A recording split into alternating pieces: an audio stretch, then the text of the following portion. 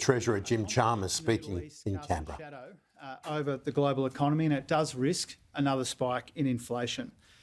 Petrol prices have already come up a bit this year, and a broader war in the Middle East risks making that challenge a bit harder. Because of this international uncertainty, the budget will downgrade forecasts for growth in most of the biggest economies that the Treasury provides a forecast for. There will be a downgrade for China, Japan and the UK, and there will be other changes in the forecast that we will finalise in the next couple of weeks. The budget will have a premium on responsibility and an emphasis on economic security. And what we will see is a budget strategy which will evolve along with our challenges. We do not expect anything like the kind of revenue upgrades that we've seen in the first couple of budgets, and that, as well as challenges in the global economy but also our domestic economy, necessitates a slightly different approach. There will still be a nearer-term focus on inflation, but there will be, as well as that, a longer-term focus on economic growth. When it comes to inflation, there are, as you know, new inflation numbers out on Wednesday. The quarterly CPI will be released on Wednesday.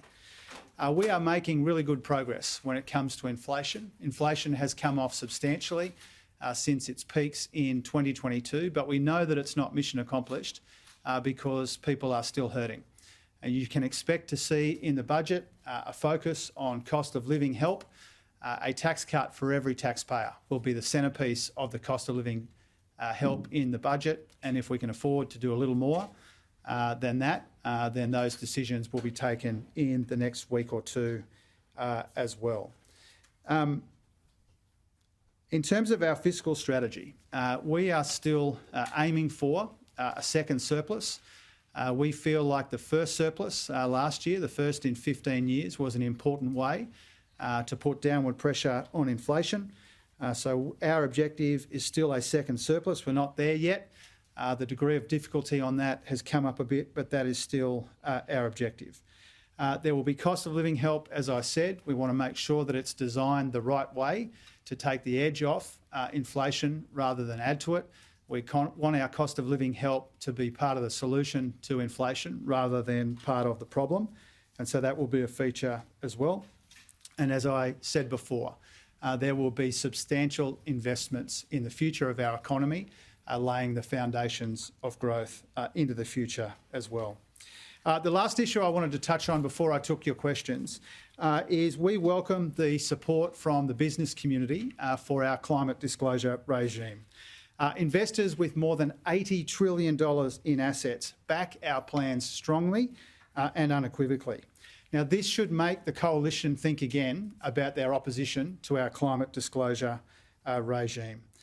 This regime will help investors play their part in making Australia a renewable energy superpower as part of a future made in Australia. We recognise, and the investors recognise, that the big opportunities for Australia are at the intersection of our industry, our energy, our resources base, our human capital base, and our attractiveness as an investment destination as well. A future made in Australia is how we line up our national security and economic security imperatives at the same time as we make ourselves an indispensable part of the global net zero economy into the future. And once again, in addition to cost of living help, in addition to economic responsibility, you can obviously expect a future made in Australia to be a big feature of the budget in 3 weeks tomorrow. Okay, happy to take some questions and to impose some order on it. We'll go Eliza up the back and then we'll work our way towards the front. Treasurer, how concerned are you that the current GST funding model could result in New South Wales losing its AAA credit rating, and does it motivate you to change it? Well, a couple of things about that. As you'd expect, I engage respectfully and pretty frequently with Treasurer Mookie and indeed with the Treasurers of all the states and territories. Our inclination, our preference is to always try and work with states and territories rather than work against them. We need to recognise the pressures on all of our budgets, not just the pressures on some of our budgets.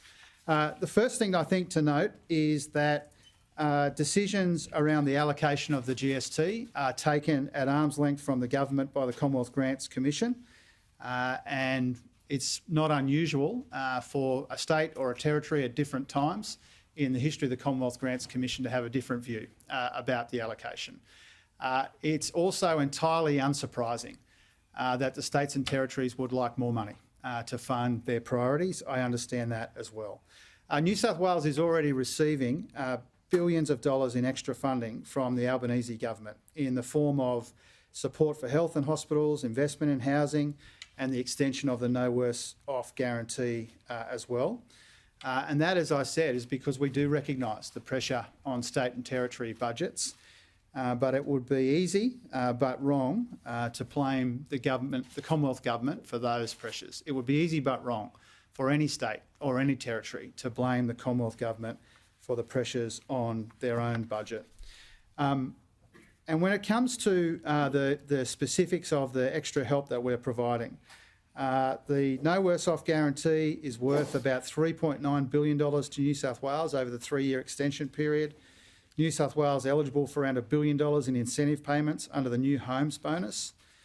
And we increased funding for infrastructure in New South Wales by around $1.3 billion in the mid-year budget update over the life of the infrastructure investment program. So I respect Treasurer Mookie. I'm not surprised nor especially troubled that he has raised these issues. He should.